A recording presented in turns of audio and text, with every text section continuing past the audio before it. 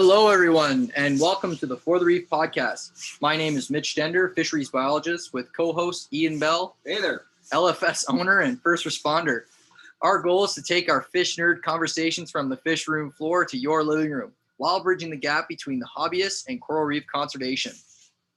So first things first, I just want to talk about a quick article and a quick update about what's going on in the coral conservation world, specifically for the Cayman Islands.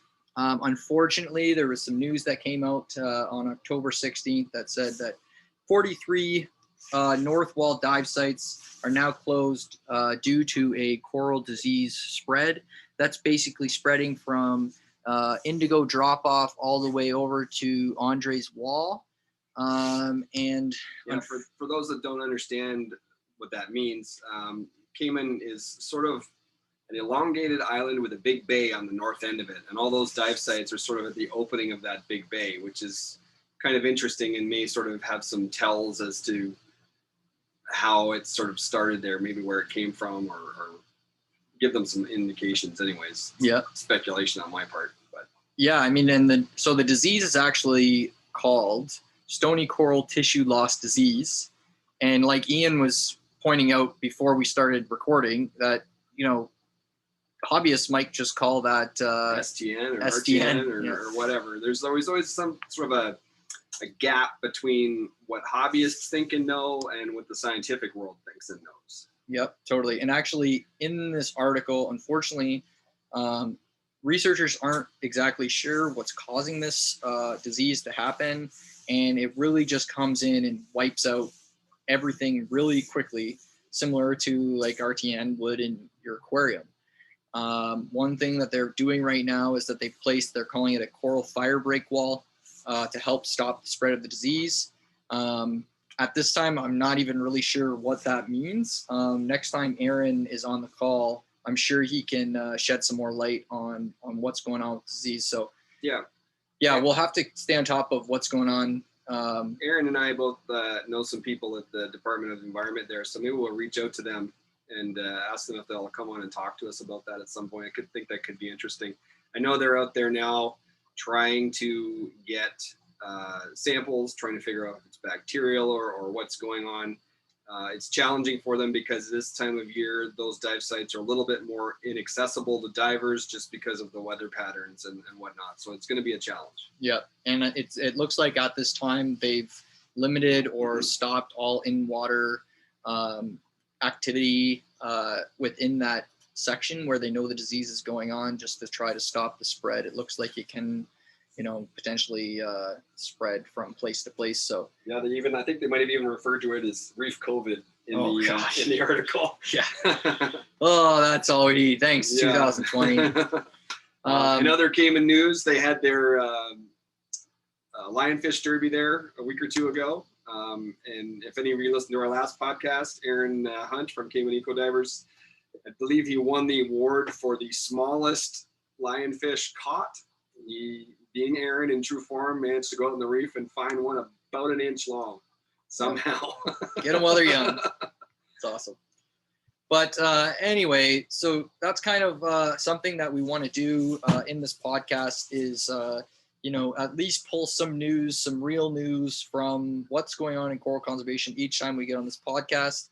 And then kind of as we segue into what our main topic for the day is. Today, we are actually talking about moving a saltwater aquarium. To give you some background information, I just recently got a new job in another city, and that's going to require me to move homes, my wife and I to move homes. That also means moving my reef tank, which happens to be approximately 150 gallons in the display and another 40, 50 gallons in the sump, and filled with SPS and other sensitive corals and fish that mean a lot to me. So we got on this topic just discussing on how we're moving it, and it just so happens that Ian actually has a few clients that he's moving tanks for too. I have 2 or 3 clients that are moving right now. One, they're very different situations. All 3 of you are all very different situations. One is moving from Nova Scotia to London, Ontario, which is you know, for those of you that are not Canadian or local, that's a fairly large move. That'd be like moving halfway across the U.S. The other client is moving neighborhoods essentially, and they're moving into a larger home that they're renovating. So they're all very different situations from each other. Yeah. And just getting ready for this podcast, we quickly realized that it's probably going to take a few podcasts for us to actually get through all of our topics. We're kind of working through this idea of what are the logistics of a move, you know, transporting the tank itself, lifting it, dealing with the weight of the new build, all of those types of things. Then we want to talk about all of the biological components of the new move, keeping the bacteria, the fish, the coral, the live rock, and everything alive. And then finally, making sure that we've checked all of our boxes for, you know, having a contingency plan and a backup plan for where the tank's going, things that are happening along the way for the move, and everything like that. So I guess the best way to think about it is, you know, how are we going to move the things that are in the tank? And in this case, it sounds like it's just a fish only tank from the East Coast. The East Coast lady, yeah. I just met her this week. So she is moving from northern Nova Scotia to Ontario. She has a house here. She's here now, sort of planning all of that. She came in here looking to find a new local fish store. We had a great conversation, and then that led into, okay, now what do I do? She had originally planned to put all of her fish in buckets, put them in her car, drive them here, and bring everything along with it. Great intentions. She had planned to get battery operated water movement devices, temperature devices, anything you can think of, bring water for water changes, all that, except this is not a short drive. So this is going to require overnight stops, etc. She was thinking about bringing the pails into the hotel room. It was a massive undertaking what she was considering doing. We talked about it, and her intentions are great, but what if the car breaks down? What if she gets lost? What if? Yeah. We're in 2020. God knows what heck happened. They could have, you know, Sharknadoes in the middle of Quebec. We don't know. That's true. That's true. So we thought maybe we would rethink that idea. So then I broached the subject. Obviously, the easiest way to move a tank would be find other hobbyists in your area, rehome the fish, take it all apart, move it, and start over. I very quickly found out that she's extremely attached to her pets, as many people are, and that's just not an option. So that was very quickly off the table. Yeah, and like these are, you know, from talking to you, they're expensive saltwater fish, but these aren't. She's spent a couple $100 a fish, and she's an investment, and she's an animal lover, and she's invested in her pets. Yeah, oh, totally. Which is yeah, totally fine. It's not like we're moving an orca whale. Yeah, these are, you know, fish, and a lot of people would say, why don't you just get rid of them? Exactly, but fish are pets just like anything else, and you know, people that don't have aquariums often say to me like, why are people spending so much money on their fish? This is crazy. But they're just as invested in time, effort, and cash as you are in your dog. And I bet if you figure out how much you spend on your dog in its lifetime, it would shock you as well. Oh, yeah. No, I have a dog, and let me tell you, I spend more money on my fish than my dog. Just don't tell my dog. And actually, just to gotta give you guys some insight here, we're actually sitting in Ian's store right now, which is located in London, Ontario, and highly recommend you check it out because it's a great store. And of course, you can find everything online at Sustainable Marine Canada. But we're now sitting here and the lights just clicked off. Yeah, the lights are on a timer. We didn't think about that, so it's got there's mood lighting. Let's call it mood lighting. Yeah, so we have some really cute mood lighting. But yeah, I mean, I guess one thing that is that I was thinking about was, okay, I've got to consider, and it's just crazy because I've been talking to my buddies about it, and you know, they think I'm out of my mind. I'm talking about having to give you a little more background information. My wife is still up here until basically the end of the year when she's a school teacher, and when the school year is done, then we can move. Yeah, just for context, where we are to where Mitch is moving, it's about 2 hours. Yeah, exactly. So she is going to be up here for another, 9 months or so. And for the time being, I'm living in my mom's basement. No shame. But basically, I have to, I want to find a house before she moves in. And my buddies were giving me crap about that because I kept saying, well, we can't move the tank twice. I'm making decisions about buying a house, and I hope my wife knows this, but she already knows. I'm making decisions about buying a house on how many times I have to move my fish tank. But I guess we all are crazy in our own ways. I've seen Mitch's tank. It's gorgeous. So like it deserves some thought. Oh, for sure. It would be a shame to see something go south because we didn't think it through. Yeah, I mean, and we're talking like, it's not like I, can go out and buy full-on colonies from trade shows of some of the corals I want, because they're, in the thousands of dollars if you want to get them. So I've had 1-inch frags that have been growing this tank for years, and they're finally getting to a size where they're really becoming impressive. And sure, I mean, it's the money side, but I've nurtured these animals to a point now where they're impressive. And when people come over, it's the first thing they want to see at my house. It means a lot to me. The last thing I want to do is just, I don't really want to give my corals away or sell them or anything like that. I love my tank, the fish and the corals and everything like that. And I certainly don't want any of them to die. So there's a lot of planning that goes into moving a reef tank. Sure. And that the other clients that I have, they're only moving across town, and they're everybody is concerned and is stressed about that. So there's a lot of the same feelings that go into all three moves, but the logistics of doing so are very different for each one. And I mean, and what's crazy is there is some, crazy considerations that you have to take when you're moving a tank 40 hours across the country. But you kind of need to take into consider a lot of those similar things when you're moving the tank 4 feet from, or 20 feet from one part of your house to another. Like, sure, yeah, it's a big deal, and it's not something to be thought of the day of or the day before you move. There's definitely, you need to put your thought into this well ahead of time. Yeah, and it's definitely something like, when you compare, I moved a freshwater tank on the day I moved down, and it was not a big deal.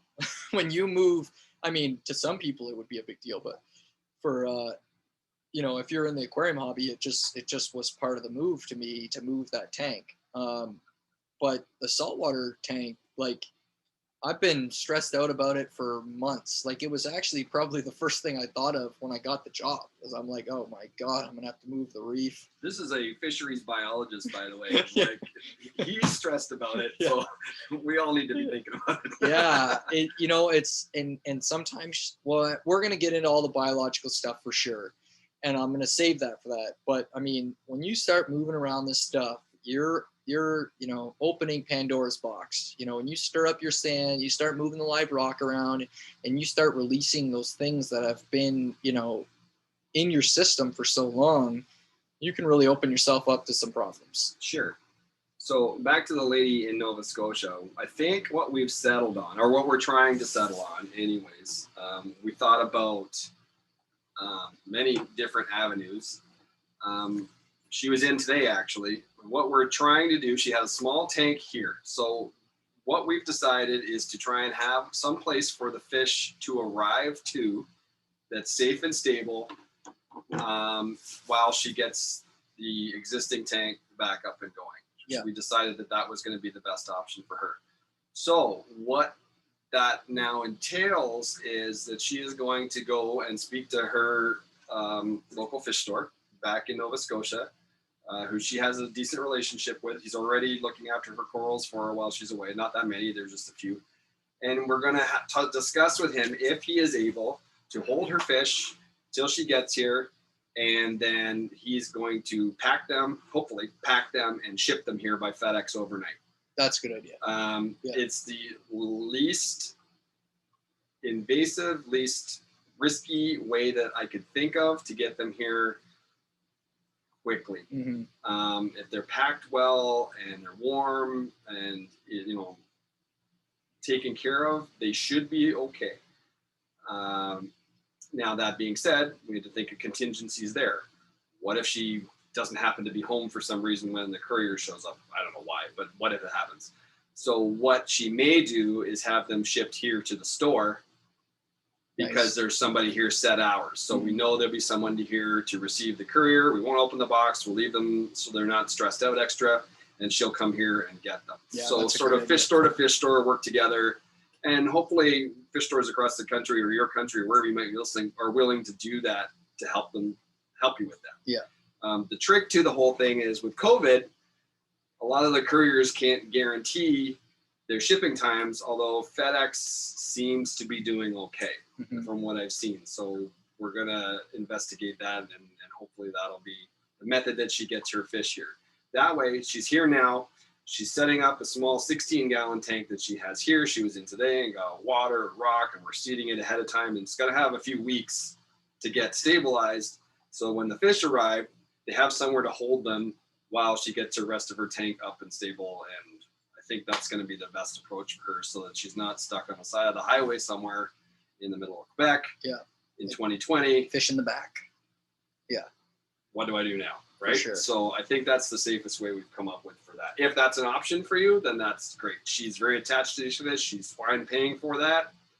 That's the safest way. Yep. And you know what? I mean, for people, if you're listening to this podcast more from a, coral conservation view, and you haven't shipped fish, or you're wondering how the heck are fish going to live in a bag for overnight shipping, or even worse, maybe it takes, a day, maybe it takes 24 hours for these fish to get here.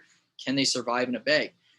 I will say it's hit or miss. I mean, whether or not the fish is more sensitive to what's going on in that bag or not, or how lightly they're handled, how slowly the temperatures are changing in the bag, all matters.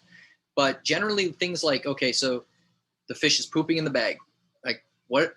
So now the fish is being exposed to the ammonia in its poop. But actually, one thing that happens when fish are in these bags is that when the oxygen is concealed in the bag and there's no kind of oxygen exchange, those gas exchanges aren't happening, that really only when the bag gets here and you open that bag and you expose it to new air does, I might be getting this a little wrong, but I think because the pH will drop, and then the pH kind of spikes up when that new oxygen gets into the bag, which then causes the ammonia to become toxic to the fish.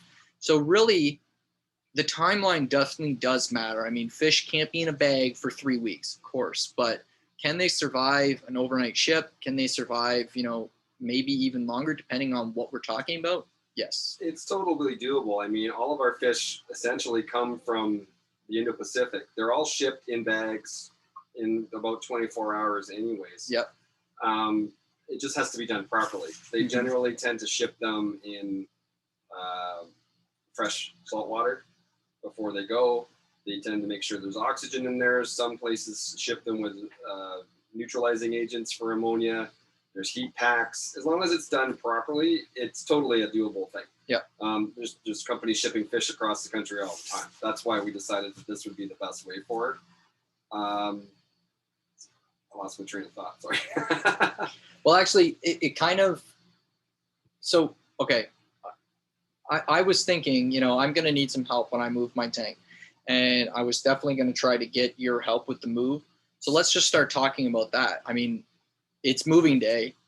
What type of things are, because I was thinking we're going to need to get a U-Haul. I mean, I've got a truck, but I don't think that's going to be enough. So we're probably going to need to have the U-Haul that we're moving my clothes and all that kind of crap. Use that for the fish move as well. Yeah, I think we could take one step back there. And you and I have talked about this already. The thing to think about with your move is, okay, is this one of those situations where the move out and move in have to be the same day? Do I have access to this place beforehand? Do I have time? It's not in a big rush, which is the case for my other clients with the move in town here. They're going to be building their house. They don't have to release their other house till they're ready. totally different situation than what you've got going. Also, another thing to consider in a situation like this, and you and I talked about this as well, I'm fairly sure we'll still get you on the hook for this, is this is a fantastic time to think about, hey, did I want to upgrade? Did I want to make a change? Is it possible for me to upgrade and get everything set on the other end so that instead of moving all the equipment and everything at the same time, I'm just moving the contents? Right. That's a totally different situation than moving the whole thing. Yep. If you're moving the whole thing, there's things to think about, like, do I want to reuse the sand? And we'll get into that in the biological sector. Do I have enough water? Do I need new water? Do I want more water? Is it readily available? If something happens, is there somewhere locally that I've made connection with, whether it be an LFS or another hobbyist? Can somebody help me out if I find I'm missing something, or something breaks and doesn't start up again like I think it should? Logistics. Is it a holiday? Is everything going to be closed? Have I thought ahead of what could happen? My heater didn't make it. The pump quit working. All of this kind of stuff you want to think about before you even think about putting it on the truck. Yeah.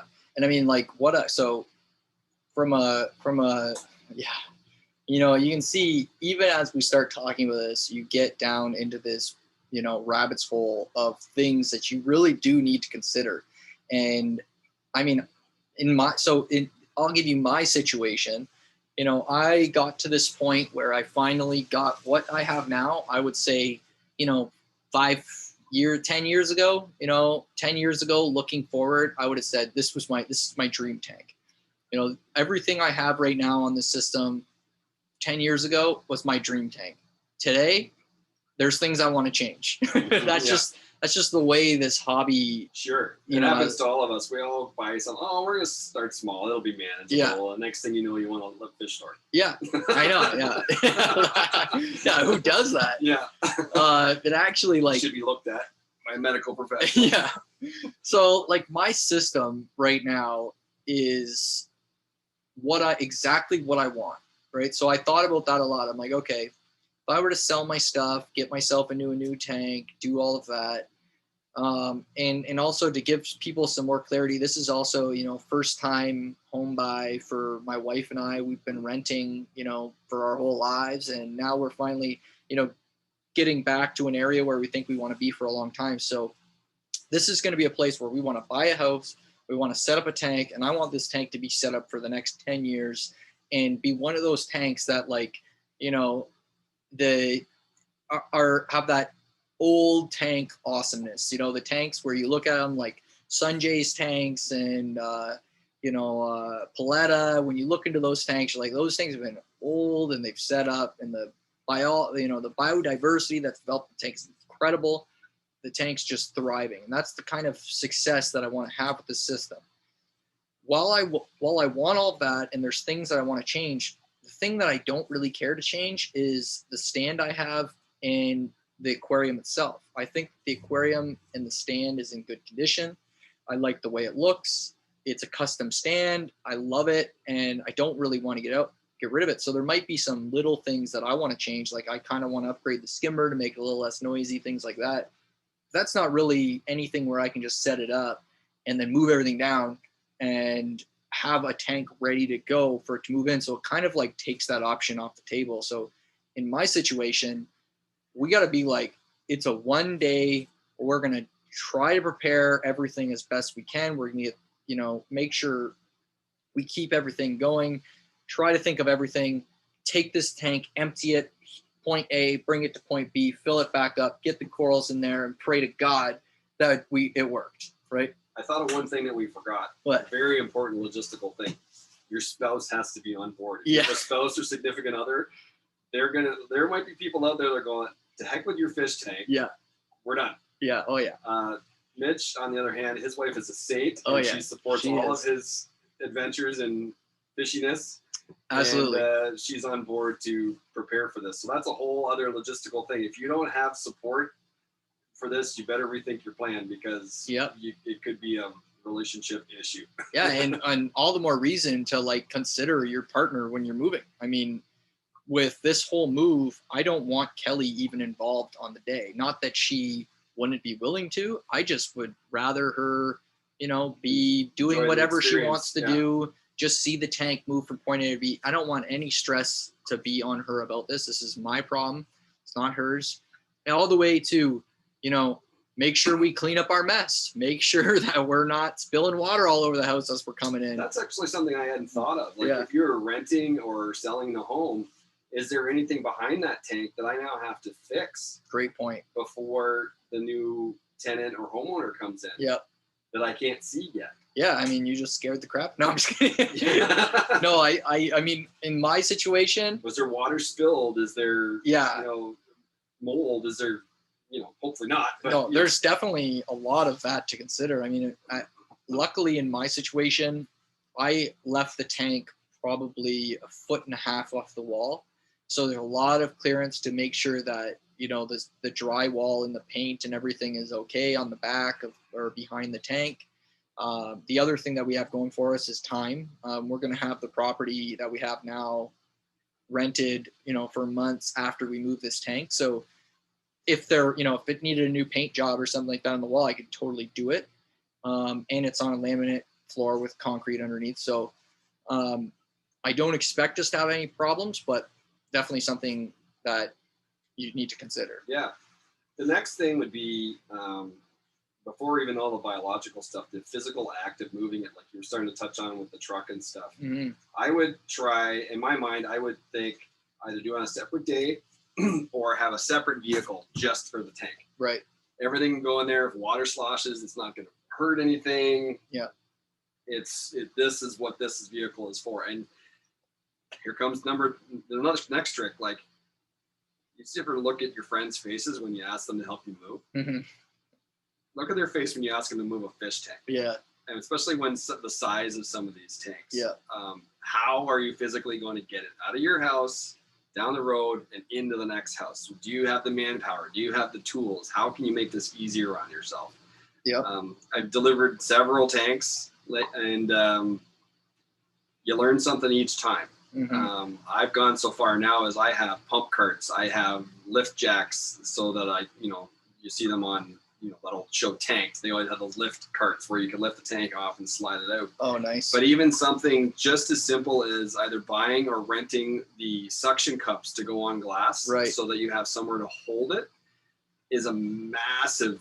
Have you used those? I have some. Yeah, oh, nice. They're great. Cool. It makes a huge difference because you're not trying to hold on to something that's slippery mm-hmm. with no grip. You put them on there, you put one hand under each, and you got one guy on each grip, and now you're walking. Yeah. And little things like that, like, well, I don't want to buy that, or I don't want to pay. What's the cost of something like that worth versus your tank on the ground in pieces? Yeah, I mean, it sucks, but it's part of the whole thing. I am not pinching pennies on this move. Like, this is important to me. There's a lot invested in the tank. There's a lot of time and years of energy and money and planning and everything that's gone into this tank. I don't want this to be a failure. Like, this is important to me. Even little things right up to the truck that you rent. I've made this mistake before, or not even a mistake. I got there and I didn't have the truck I wanted. And I ended up with a truck with no lift gate. Oh, it'll be fine. Damn near killed ourselves getting it out of there. Yeah. Lift gate, worth the money. Mm-hmm. Pay for the bigger truck, get the lift gate. No hurting your back. Yeah. Okay, so plywood to get it from the truck on the gravel driveway across the lawn to the front door, so you can roll it. You don't have to lift it. Like anything. So what do you mean with the gravel? Or with the plywood? How would you? Well, okay. For example, say you've got it off the lift gate and it's on a skid or something. Yeah. You can either manhandle it and take it all the way to the door and risk somebody tripping or hurting themselves or whatever, or you could leave it on the skid and borrow or rent a pump jack. Gotcha. Lay down plywood sheets all the way to the door and push the thing there. Oh, because so the plywood is like it's just a solid surface to get you across the lawn or the gravel. Whatever. Yeah. Cool. And okay, so all right, we've considered. You might even want to hire a moving company.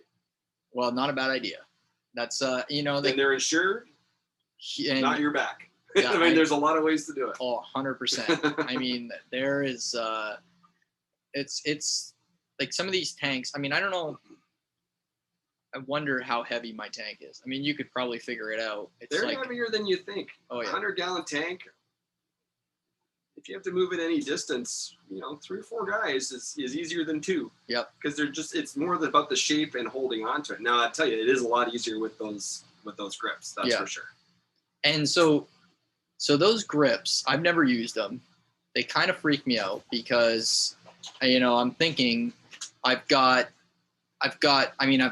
anybody in the aquarium hobby, you've got these suction cups all the time. You suction cup your heater up against the glass, and within a few months or a quick rub, all of a sudden it pops off the glass. Like, can you trust these suction cups on the glass? I was worried about that too because I'd never used them, but I was talking to Derek up at Miracles Aquarium, and he moves tanks all the time.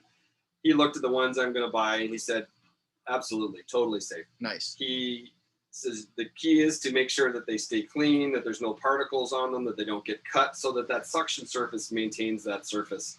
The ones that I bought also have on the little pump, there's like a handle, and there's a little pump on the end to get the suction going. There's a little red line, so you can see if it's starting to lose suction at all. If you start to see that red line, there's an indicator. Yeah. He's moved hundreds of tanks, and he said never had an issue. His advice to me was, if you get 4 guys and you got 4 handles, one hand on the handle, one hand under the tank, just in case something lets go. Yeah. And go. And so far we haven't had any problems. They work fantastic. Perfect.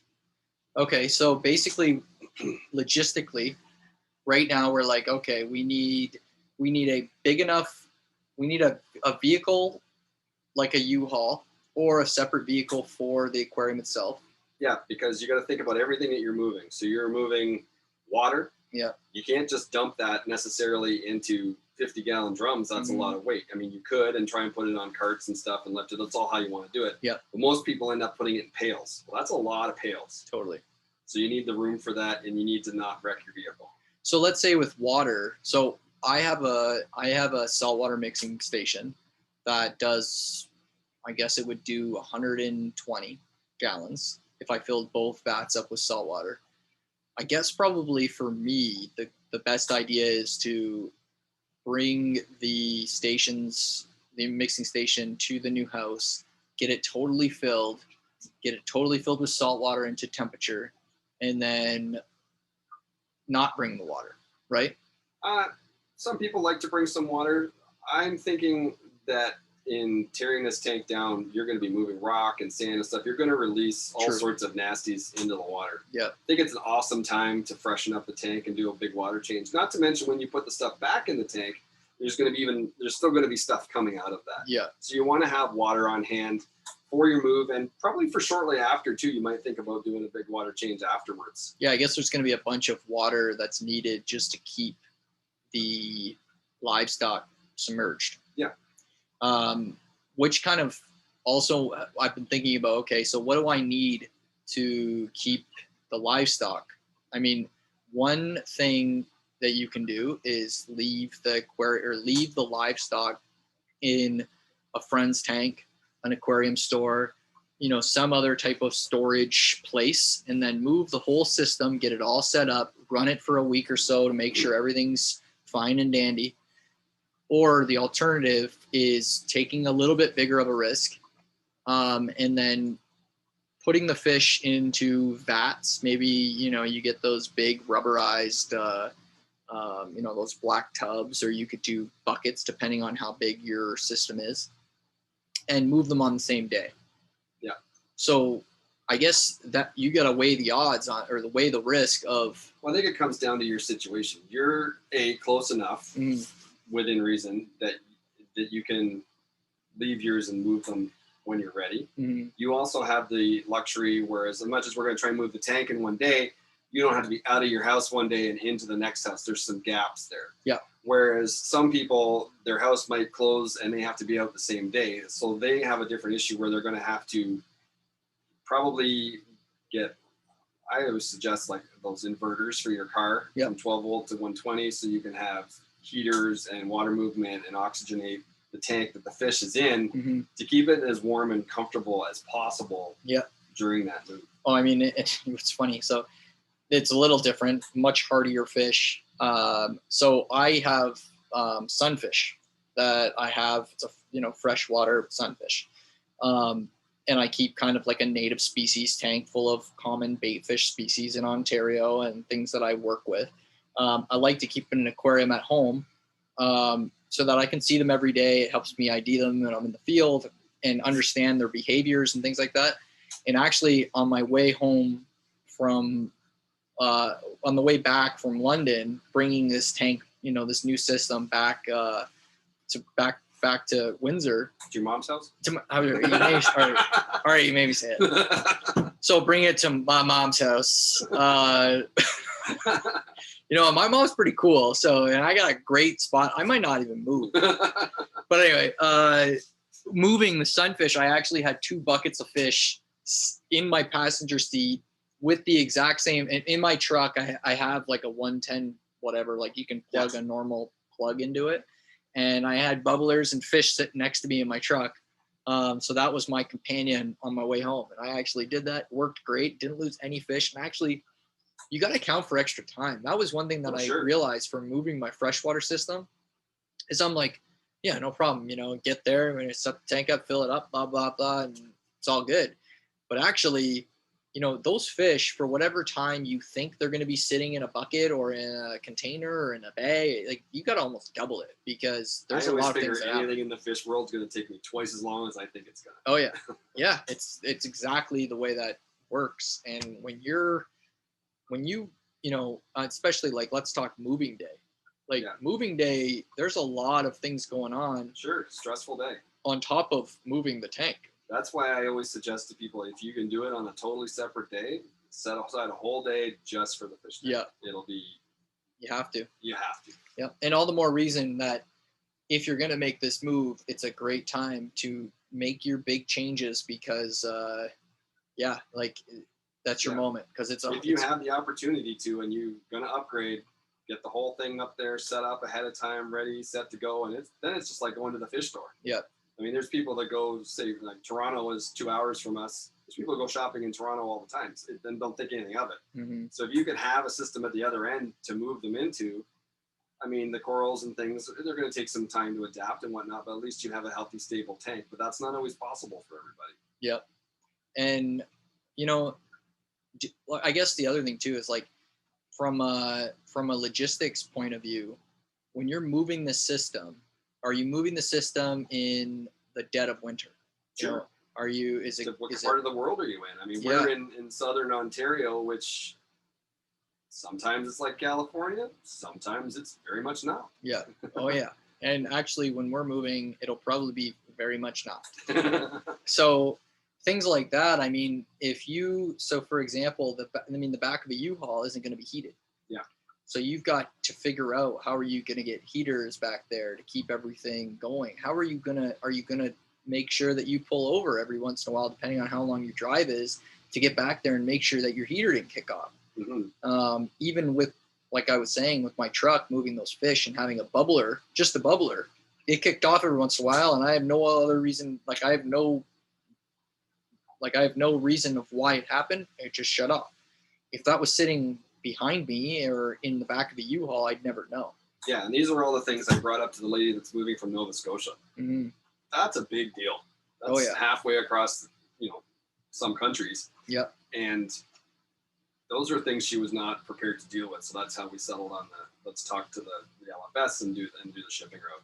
So here's another thing is, all right, we got the tank in the U-Haul. We're on our way down to the new place.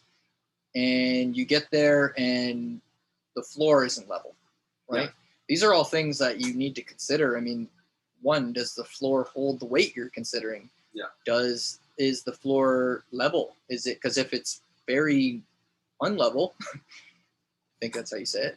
If the floor is not level, then you may be putting a lot of pressure on one side of the tank, and over time you could have an issue.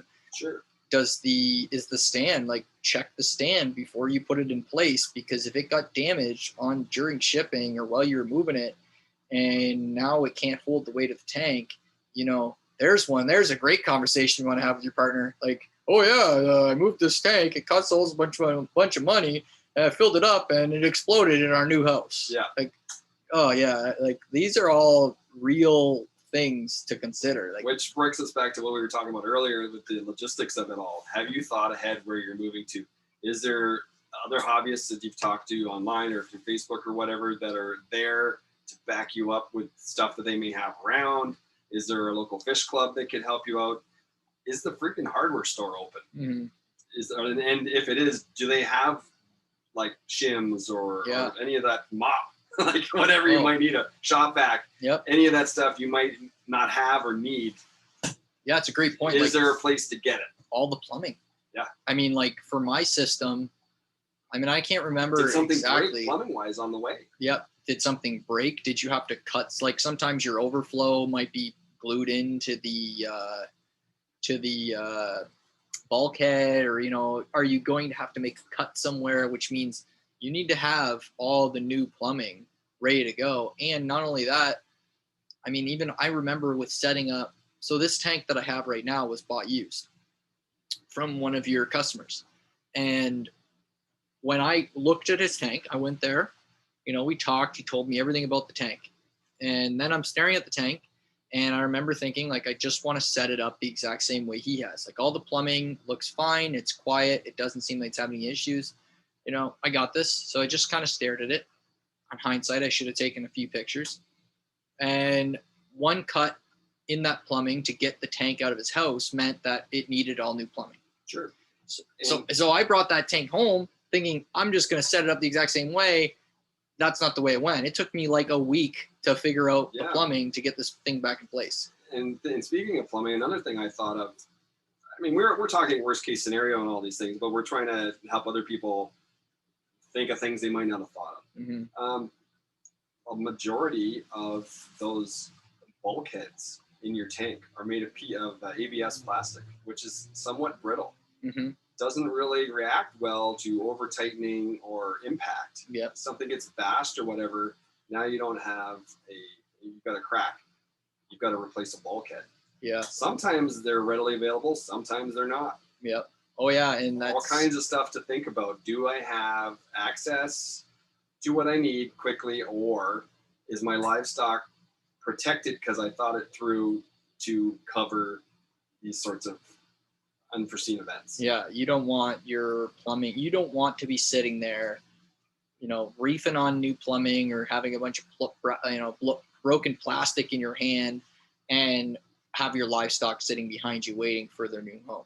Because if it's on a holiday or something like that, you know, you're probably going to lose those fish unless you are able to think quickly and have somebody to help you out.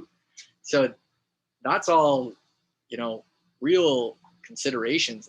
But I guess I can already tell we're creeping into the time here, and I'm thinking like this is definitely going to have to be broken out because For we sure. could go. I think we'll get into the logistics of the biology and the moving of the animals and whatnot next time. Yeah. Just thinking about the move and the logistics and the contingency plans is a massively important part of the move itself. Yeah. And I think until you've done that well, you shouldn't even be thinking about the other stuff. Yeah.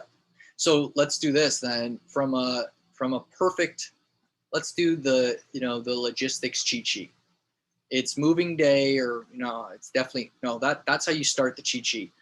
Don't start thinking about this on moving day. Yeah. Yeah. Okay. We're weeks before we need to move, months before we need to move. Okay. Yeah. Let's start with vehicle. We're moving the tank. We're going to use my example because it helps me. It's moving day. What vehicles do we need? What are the ideal vehicles that we need? My suggestion is going to be a good sized vehicle, a good sized truck, level back, places to tie things down. And that's another thing. Do I have the proper tie downs? Yep. Tie downs, blankets to protect the glass. Coincide with the ones that are in that vehicle. You might want to call the company you're renting the truck from. Is it the big pieces that stick out that I can put a hook on? Or is it the ones that are the metal bar that you have to have the special piece to click into to tie things down to make sure they don't break? It's true. The lift gate, all of those things. Like, what's going to make this as safe and easy for me? Yeah. And my health and my back and my friends' backs that are never going to do this again after they realize what's involved, or any of that stuff. Yep. Okay.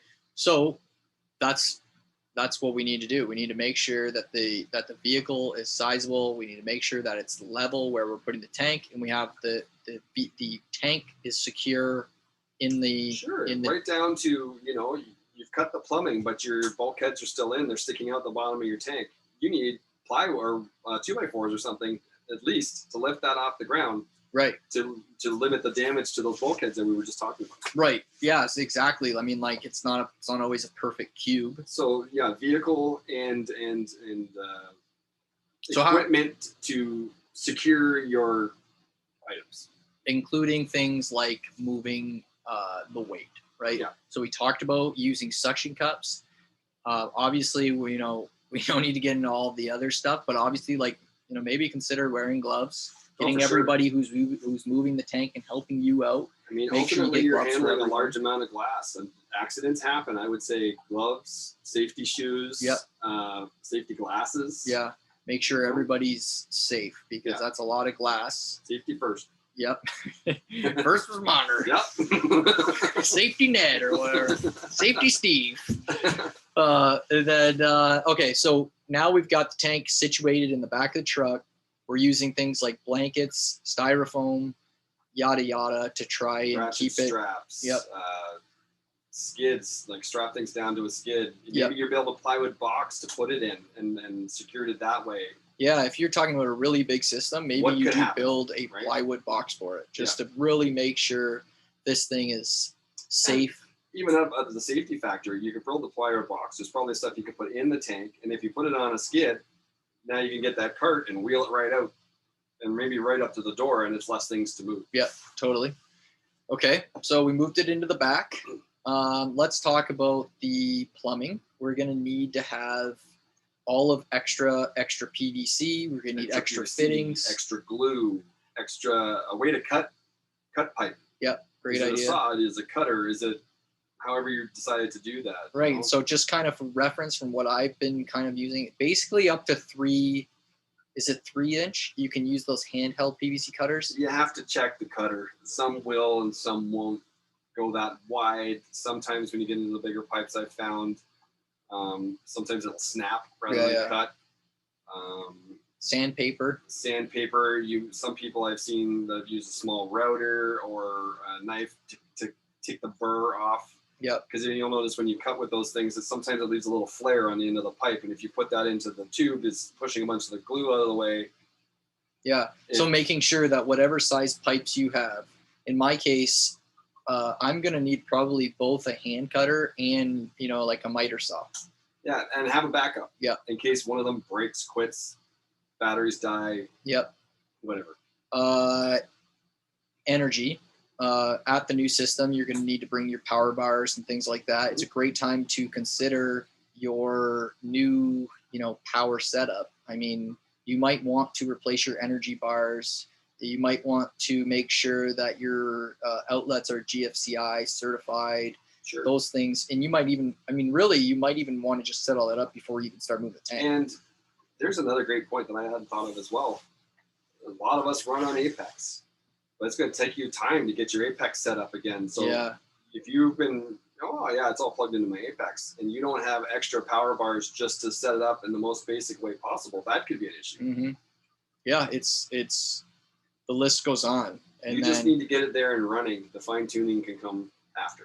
For sure. Yeah, you need to get. So let's just stick to the logistics. We'll get into the biological stuff next time. Okay, so the tank is in the back. It's ratchet down. We've got our plumbing. We've got our energy system. Our I keep saying energy system, but like all the electrical stuff is ready to go at your new place. You've made sure that there's an outlet where you're putting the tank. You've checked all of that stuff. I guess the next thing is, and this will probably come before, this isn't like a direct list, but you need to make sure that wherever the tank is going is prepared. And that means, like, is your tank depending on how the age of your house or how it's built or what part of the floor you're putting in, you might want to make sure anything over 75 gallons, is you're taking a good look at the floor that it's putting out. Have you checked which way the joists go? Is it capable of supporting the weight that you're going to put on it. Right. Like you want the joists to be running parallel across the tank so that you're adjacent to the tank, right? Because you want the tank to run across as many joists as possible. Right. You don't want the joists going with the tank. Okay. And then possible. You don't want the tank. You want the tank sitting near the side of the home, like up against the side wall. You don't want it kind of sitting in the middle of the floor or anything like that. I mean, wherever it's going to land. Right. I mean, some people like it behind a couch. Some people on peninsulas. Yep. You just want wherever it's going to go to be ready. Yeah, I also found like the distribution of weight's important, because if you have the base of the stand is a big flat surface and that weight is being distributed more evenly across the base of the tank, then you're probably going to get away with a bit more. If your tank is kind of like 4 pegs on the bottom, you might want to double check and make sure that that tank is going to be safe there. And then of course, you want to take a good look at your floors. Sure. Things like, they need to be protected. You want to put a neoprene mat or something underneath it to protect from spills or leaks. Yeah, I mean like hardwood floors, or I mean generally, I don't know a lot about floors, but I'll tell you, like laminate flooring is pretty resilient. And if you have anything more expensive or hardwood, things like that, you better be ready to damage that hardwood, because it's probably going to get damaged. Yeah, I like to put neoprene mats down. I've had pretty good luck with them. Some people like to take that area and tile it. Mm-hmm. You know, just those are protect your other investment, your home. Yep. Yeah. Things to think about. Who's thinking about the home? So guarantee your wife will be. Okay, so now we've thought of that. So okay, we've got the tank secured. We've thought about the plumbing. We've thought about the electrical. We've thought about the weight distribution on the floor. We've considered safety of the guys that are helping you move and all of that. Is there anything that we're missing? We've got water on hand. We've got everything up to temperature. We've thought ahead for all of that stuff. We've made sure that there are people around that can help us if we're short something, or there's supplies, whether it be hardware store or local fish store that's aware that we're moving, that are either on call or open. Yeah, measure the door, to make sure you can get it in the house. Yeah, big one. Yeah, huge one. Yeah. Or out of the other house. Yeah, for sure. You know, was it there when you moved in and you took it over or not? Yeah. Is it a double door and you thought, oh, I've got lots of room, but then you find out that centerpiece doesn't come out. Yep. Do I have to take out a window? Oh, yeah. These are not things you want to find out at the last moment. Yeah. Measure twice. Yeah. And avoid divorce. Yeah. Yeah. That's good. That's all. I mean, I think we've covered most of it. If anybody's listening and they have other thoughts, like they want to share, shoot them over to our email and we'll share them. Yeah. And I mean, as we are going through this, I got to say, like, as we're talking about all this, it's giving me another layer of confidence, and I'm going to go and make sure that I have notes from this podcast that are going to help me with this move. And it also adds to the make a few lists before you go. Make sure you've written down everything, because depending on how you like to remember things, I like to, put things into my phone to remember things. But it's a great idea to have a list, because that day you'll be extra stressed. There's going to be a lot of things going on, and it's really easy to leave your house with, a critical component of the tank, and then you get there and you're screwed. Sure, So maybe even alarms in your phone, like, hey, it's getting close. I got to remind that guy that said he'd be around to help me, that I still need help. Or that guy from the local fish club, hey, I'm still moving this day. Are you still good to back me up if I'm short something? Or the fish store, just reminders to remind. Yeah. And it's really, as we get into that biological section, it's really making it pretty clear to me that you're taking on a lot of extra risk trying to move the livestock on the same day. Absolutely. So it was the very first thing you and I talked about. I said, well, listen, we've been talking about an upgrade. Yeah. Is this the time? Mm-hmm. Yeah. And you went home to think about that first, because having a nice stable environment on the other end is obviously the best way. Yeah, for sure. But if it's not an option, or that's not what you want to do, then these are some of the things you need to consider. Yep. 100%. All right. Well, with that, we'll kind of close this off on the logistics part of moving a tank, moving a saltwater aquarium, Reef, your baby. your pets. Yeah, I mean, a lot of this still applies to a freshwater tank too. I don't want to leave any of our freshwater people out. Yeah, it's just. But there's some things that are just a little simpler. Oh yeah, and I mean it all depends too. I mean, if you're moving a bunch of guppies and you have some tetras and your pleco, you're probably okay. I mean, it's a lot more simple to move something like that. But you can't rule out everything in freshwater. I mean, there's a lot of freshwater. You might be moving discus. You might be moving, freshwater stingrays. You might be moving something that means a lot to you, and all these types. And not only that, I mean, in the saltwater world, we always get so caught up in all of the, so-called bugs that are in our tank, and all of the biological stuff that's going on in our tank. And while there's a lot more resiliency that's comes to a freshwater tank more quickly, because it's generally simpler water parameters that you're trying to keep in some of these like planted aquariums versus a full-on reef tank.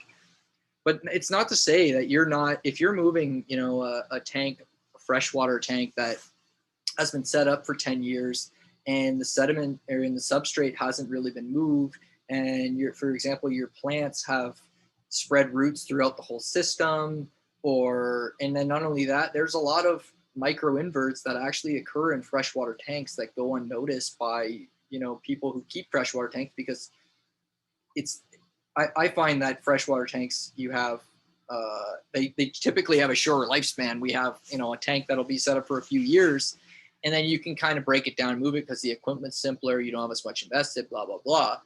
But tanks that I've had for freshwater that were set up for years to the equivalent that saltwater tanks, the amount of diversity and stability that goes to those tanks is similar to a saltwater system. Mm-hmm. So it's not to say that just moving a freshwater tank is easy. Don't discount it just because you're like, oh, it's just freshwater. Yeah, 100%. That's just as important. Yep, totally. So yeah, we'll kind of end it there. Again, if you have any comments, questions, or anything like that, you can email us at forthereefpodcast@gmail.com. We now have a Facebook page called For the Reef Podcast, where you can also get on there and you can message us through there. You can find Ian, of course, at Sustainable Marine Canada, and me with forthereef.com. So that's kind of it. That's it for today. Yep. Thanks everybody for listening. Next time around, we will either bring on a new guest or we might dig into this biological section of moving an aquarium. So stay tuned for that. Thanks. See you later. Thanks, guys.